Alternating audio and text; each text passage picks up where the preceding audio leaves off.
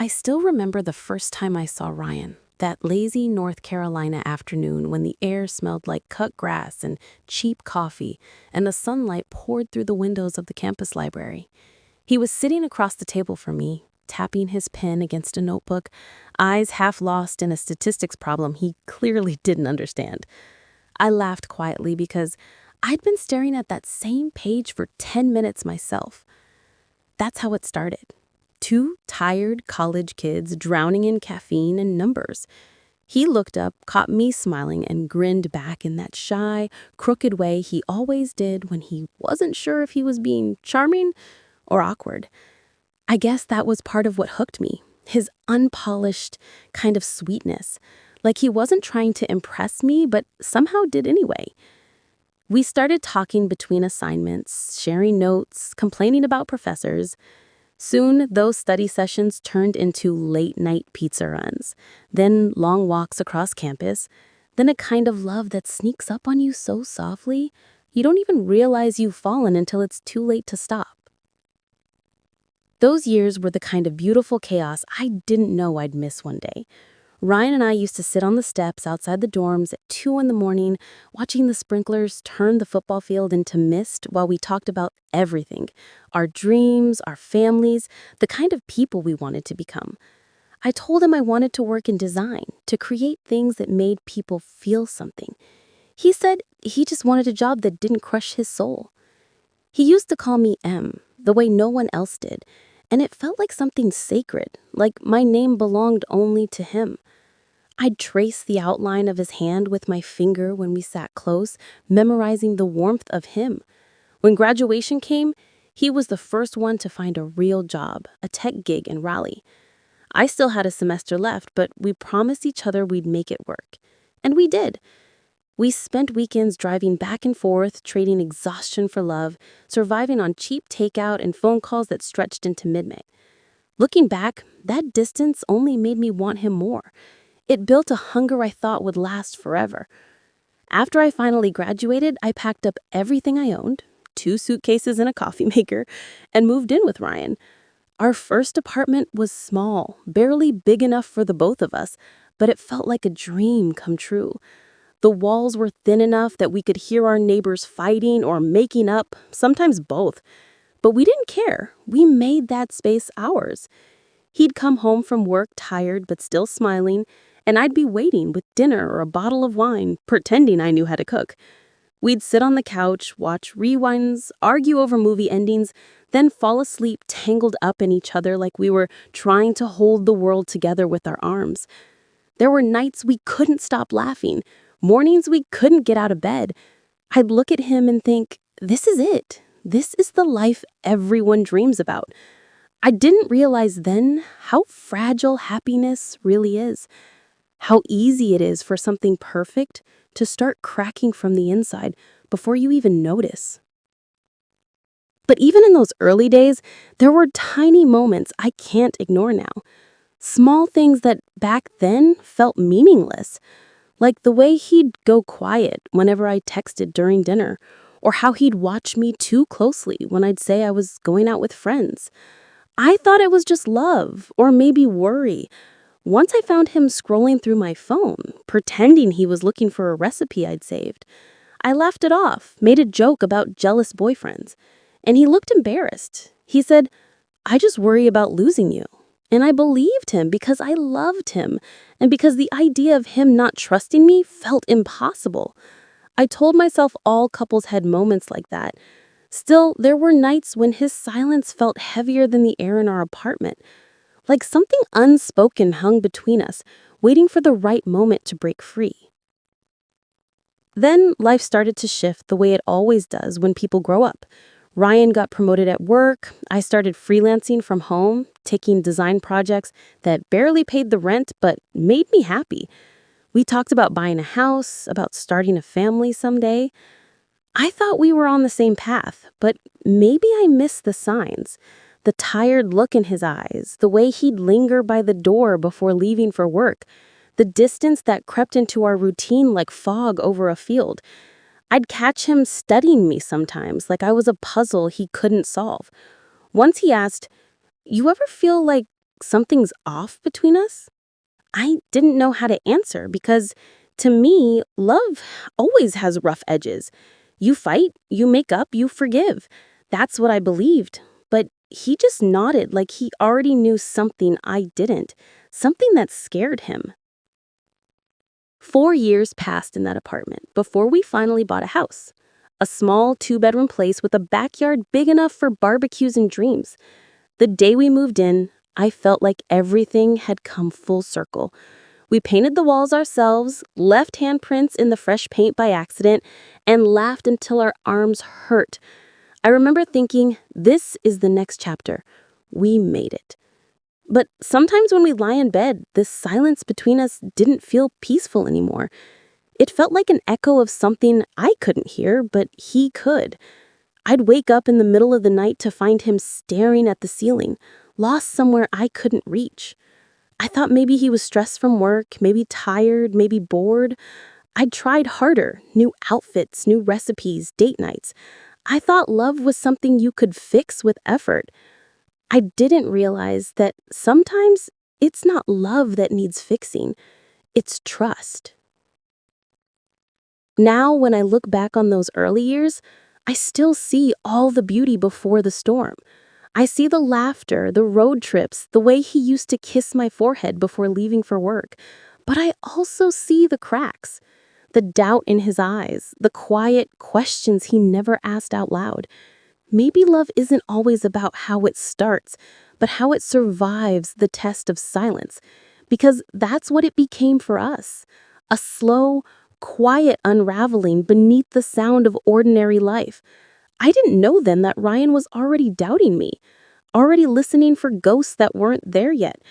I didn't know that his search for proof would become the very thing that destroyed us. But back then, all I knew was love. Messy, flawed, beautiful love. And I believed that was enough. It started with a feeling, small at first, like a splinter under the skin. Ryan began to change in ways that were hard to describe but impossible not to notice.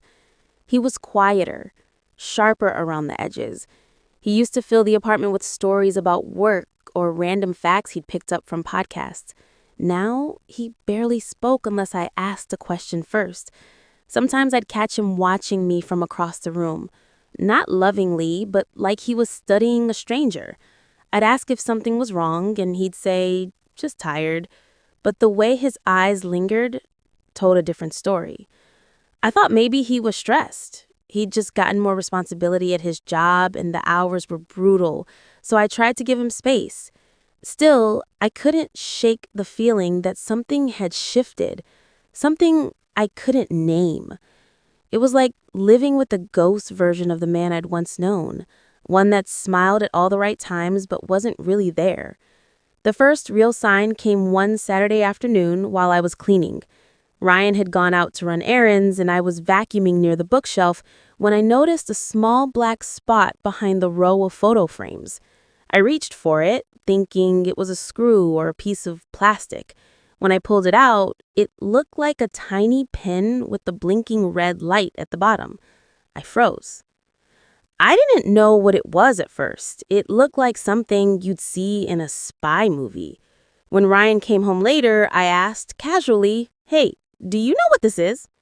He looked at it for half a second too long before shrugging. "Probably something left from when we set up the Wi-Fi router," he said, taking it from me quickly and slipping it into his pocket. I wanted to believe him. I did. But that tiny blink, the flash of guilt behind his calm expression, stuck in my head all day. That night, he was extra sweet, made dinner, poured wine, and asked about my projects like the old Ryan used to.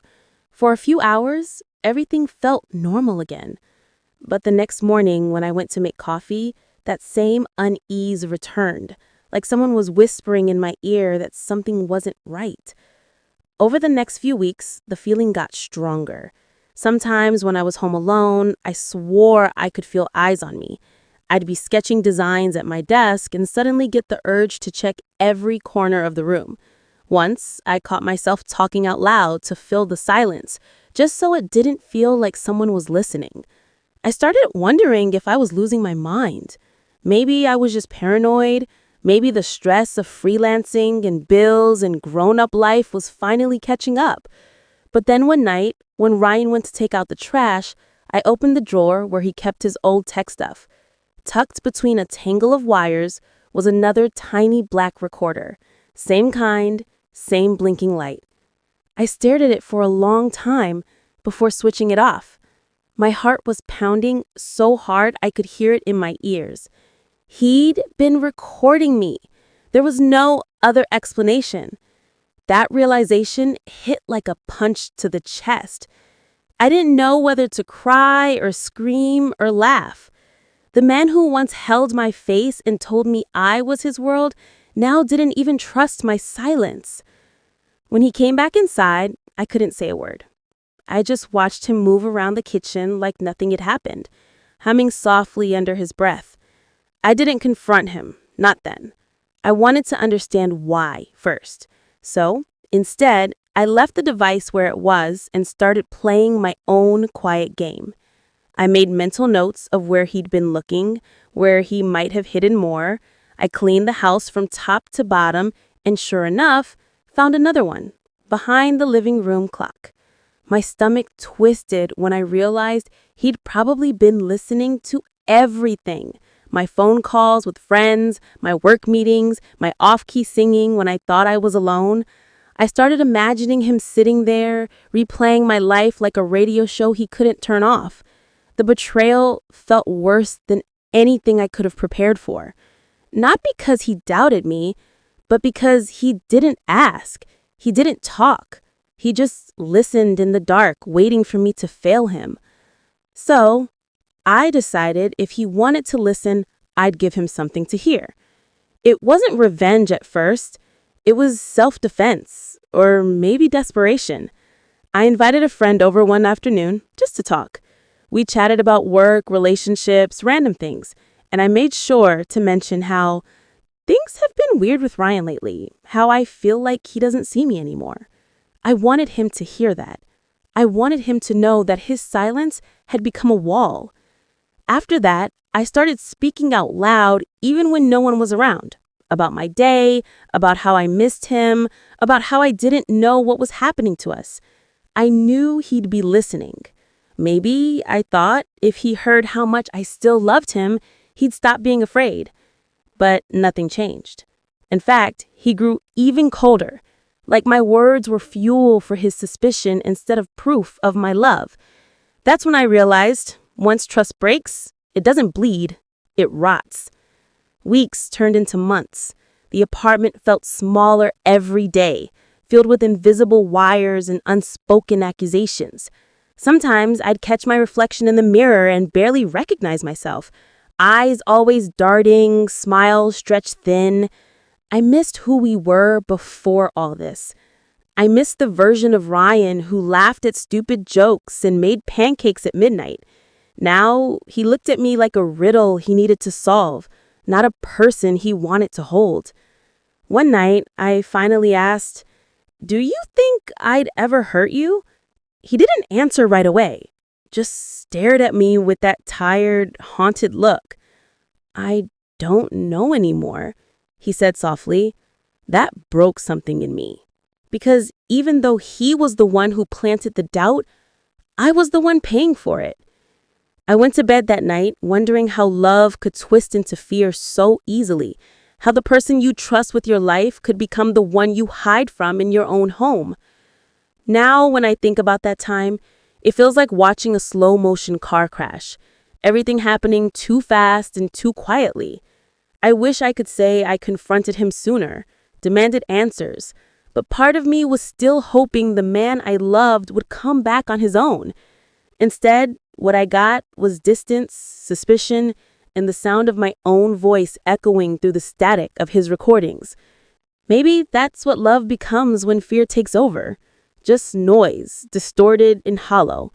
Sometimes I imagine him sitting there, headphones on, listening to every breath, every sigh, trying to find the lie that was never there.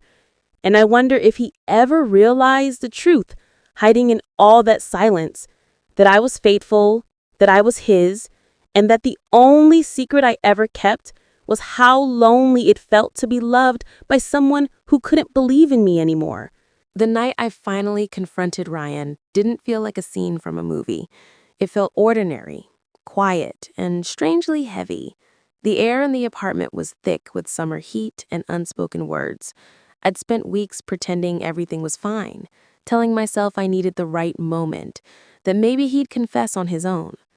But that night, as I stood washing dishes and caught sight of my reflection in the kitchen window, tired eyes, forced smile, I knew the right moment would never come.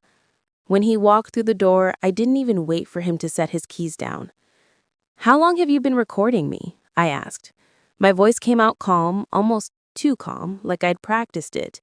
He froze. The look on his face, shock, then guilt, then a flash of anger was answer enough. "What are you talking about?" he said, trying to sound confused, but I could see the truth unraveling behind his eyes. "Don't," I said quietly. "Just don't lie anymore." He sat down on the couch, rubbing his temples like he was trying to find the right excuse hidden somewhere in his head. I I had to know," he whispered. "You were different, Em. You were hiding things." I felt something inside me crack open. "I was hiding nothing," I said. "You just stopped believing in me." For a second, he looked like he wanted to argue, but then the fight drained from him. He stared at the floor, shoulders slumped. I thought if I could hear the truth, maybe I could stop worrying. The irony hit me so hard I almost laughed. "So instead, you created the thing you feared?" I said. "You turned love into surveillance." He didn't answer. The silence that followed was worse than shouting. It was the sound of something ending quietly. I walked into the bedroom, grabbed a little black recorder I'd found, and placed it on the coffee table between us. The red light blinked once before I turned it off for good. "You wanted proof," I said. "There it is. Proof you destroyed what you were trying to save." The days that followed blurred together. We spoke in fragments, sentences that never reached their endings. He'd leave for work early, come home late, sit on the porch instead of joining me for dinner. I started sleeping in the guest room, not because I was angry, but because being near him felt like standing next to a broken mirror. You keep seeing yourself split in two. Friends noticed, of course. My best friend, Kara, asked if we were okay, and for a moment, I didn't know how to answer. How do you explain to someone that love can die quietly, without yelling or betrayal, just by losing its faith? I stopped trying to make sense of it. I threw myself into work, stayed out longer, filled my time with noise so I wouldn't have to listen to the silence of our home. Yet every time I passed his empty coffee mug on the counter, some small part of me wanted to believe this could still be fixed. Maybe all relationships needed to break once before they learned how to bend. Maybe. But hope, I learned, can become its own kind of denial. One weekend, Ryan asked if we could talk. I agreed, though my heart was already tired. We sat at the dining table, the same place where we'd once planned our future. He looked nervous, his hands trembling slightly. He said, "I've been thinking. I know I hurt you, but I also know you've been distant for a long time." I stared at him, stunned. "You spied on me, and you still think this is about distance?" He met my gaze, tears forming. He said softly, "I didn't know how to talk to you anymore. I thought maybe you were falling out of love." Something about hearing those words broke my anger, because beneath all the damage, there was still fear, the kind that comes from loving someone so much you can't stand the idea of losing them. For the first time in months, I saw not the man who doubted me, but the man who was drowning in his own insecurity. That didn't excuse what he'd done, but it made it human. I cried then, not for him, not for me, but for what we'd become. We tried to rebuild after that talk. We deleted old recordings together, cleaned out the places where the devices had been hidden. It felt symbolic, like sweeping ashes into a dustpan. But you can't clean paranoia out of a heart that's been burned by it. Every time his phone rang, I flinched. Every time I texted someone, I saw him glance at the screen. Trust doesn't grow back. It limps. We went to counseling once, but he quit after 2 sessions, saying the therapist didn't understand. The truth was, he couldn't face his own guilt, and I couldn't keep living like evidence waiting to be found. Our home became quiet again, only this time, the silence wasn't suspicious. It was resigned. I started sleeping with the TV on, the background noise easier to bear than the weight of what we weren't saying. One night, during one of those sleepless hours, I realized that forgiveness wasn't coming, not for him, not for me. Forgiving him meant pretending the past hadn't rewritten who I was. Before all this, I'd been open, trusting, a believer in second chances. Now I was cautious, measuring every word, guarding every corner of my life. That wasn't the woman I wanted to be. So I did the hardest thing I've ever done. I told him I wanted out. There was no shouting, no dramatic goodbye, just two people standing in the wreckage of something they'd once called forever.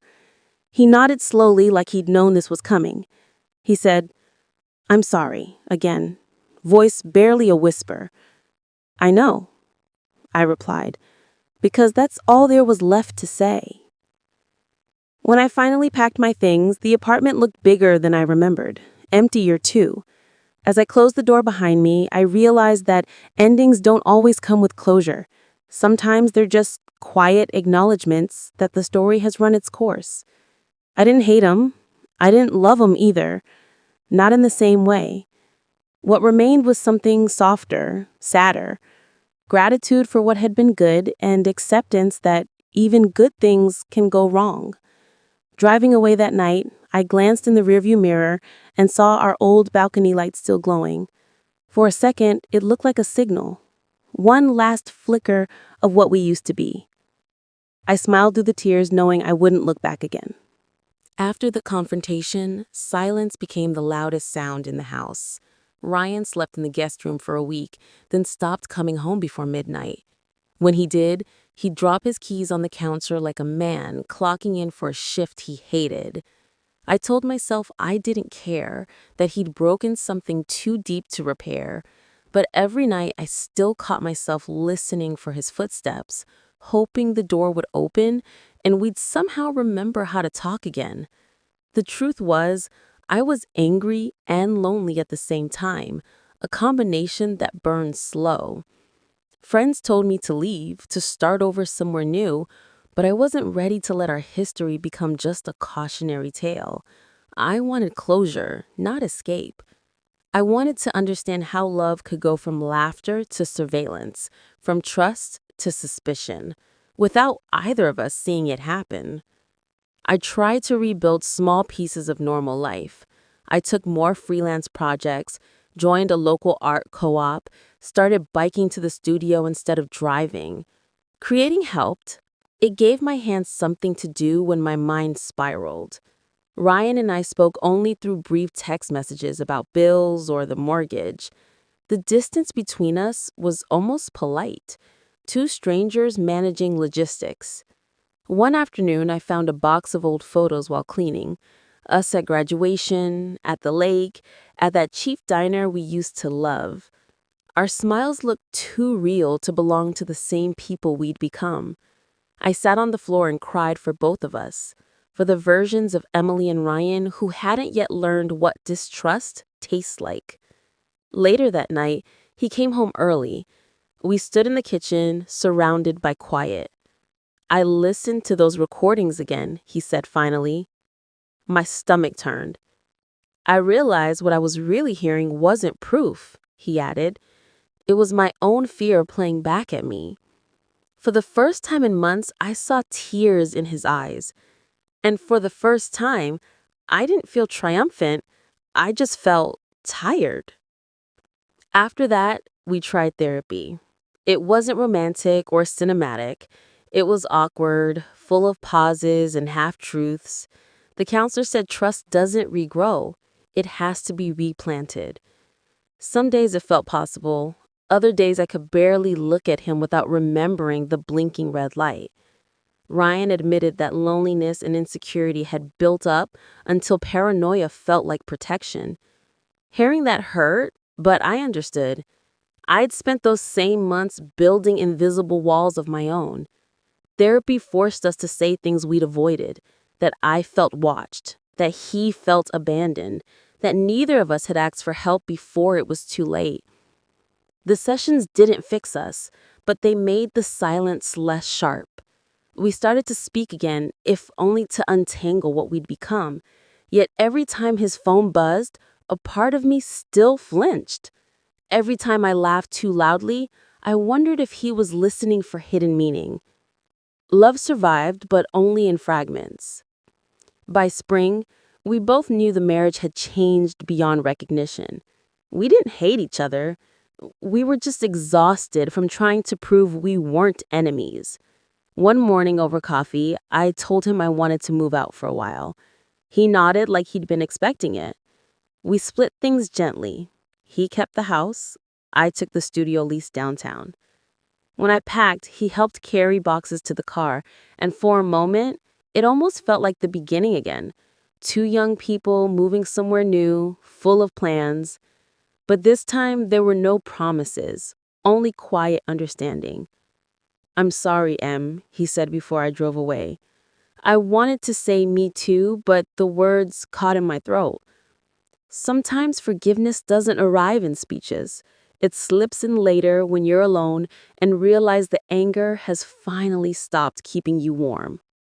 The city apartment was small, bright, and loud in the best way. The first night, I slept with the windows open and let the noise of passing cars replace the old hum of suspicion. I started painting again, real paintings, not commissions for clients, but pieces that belonged to me. One evening at a cafe near the studio, I met a bartender named Lena who recognized one of my designs from a gallery show. She talked about music, about growing up in Ohio, and starting over after a messy breakup. We became friends easily. She never asked about Ryan, and I didn't volunteer much, but being around someone who didn't look at me like a story of betrayal felt like breathing fresh air. Little by little, I realized that healing isn't about forgetting. It's about learning to live without rehearsing the pain. I still wore my wedding ring for a few weeks after moving, not because I wanted him back, but because it reminded me that love, even broken, had been real once. Months later, Ryan called. His voice sounded lighter, almost calm. He told me he'd sold the house and was taking a job out of state. "I thought you should know," he said. "You were right. We both needed space to find ourselves again." We talked for a while, not as husband and wife, but as two people who had finally stopped trying to rewrite the past. When the call ended, I deleted his number, not out of anger, but acceptance. I looked around the apartment, at the half-finished canvas leaning against the wall, and realized I wasn't defined by what had been done to me or what I lost. I was defined by what I chose next. I opened the window wider, let the city air fill the room, and whispered a quiet goodbye, not to him, but to the version of me who'd spent so long waiting to be believed. Now, years later, when I think about Ryan, I don't picture the devices or the arguments. I remember the laughter under dorm room lights, the shared dreams, the imperfect people we were. I've learned that revenge is just another form of grief. It keeps you tethered to the person who hurt you. Letting go is harder, but cleaner. I never remarried, though I learned to love again in smaller, safer ways. Friends who show up, mornings that start with coffee and no fear, a peace that doesn't depend on someone else's trust. Sometimes I imagine him out there somewhere, maybe finally happy, maybe still haunted. Either way, I hope he's found quiet too, because in the end, that's all either of us wanted. The kind of silence that isn't suspicious, just calm. And for the first time in a long time, when I listen to the world around me, there's no static, only the soft, steady sound of my own life moving forward.